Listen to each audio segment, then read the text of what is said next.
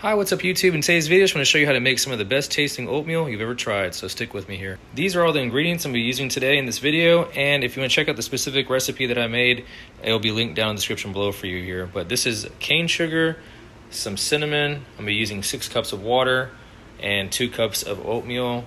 This is some creamer, it's a caramel macchiato flavor, and some Lactaid milk. First thing we're going to do is get a 3-quart pot and put it on high heat. And we're going to go ahead and add our 6 cups of water. So let's pour this in here. We're going to let this boil, and then we'll add our 2 cups of oatmeal. So immediately after the water starts to come to a boil, I'm going to add the 2 cups of raw oats. And then I'm going to go ahead and turn down the stove to almost low. So this is about 7 minutes in, and I'm just giving it a nice little occasional stir so it doesn't stick to the bottom of the pot.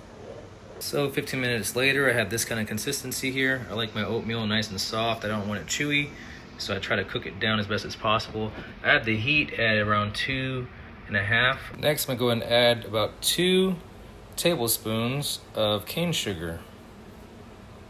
So that's 1 tablespoon, 2 tablespoons. I'm also going to add a little bit of cinnamon, sprinkle a little bit of that on there, and then we're going to mix it all in.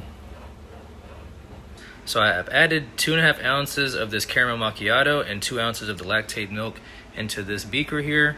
And this is the secret sauce. This is what makes it taste extremely flavorful and gives it that nice creamy taste. So I'm going to add this in here, and we're going to mix it in for the next 5 minutes. And you can see how nice and creamy, and the consistency and color is a lot different. So just mix this in for the next 5 minutes, and you're done. 5 minutes later, this is what it looks like. Look how creamy that looks. So after I'm done cooking the oatmeal, I just transfer everything to the 64 ounce or 8 cup container, and I'll eventually put this in the refrigerator, and this batch will last me about a week and a half. So all I do is just take a little portion out for breakfast, put it in the microwave for about a minute or 2, and you're ready to go. Well, that's going to be it for today's video. Please be sure to like, comment, subscribe, and share this video. And as always, thank you all for watching.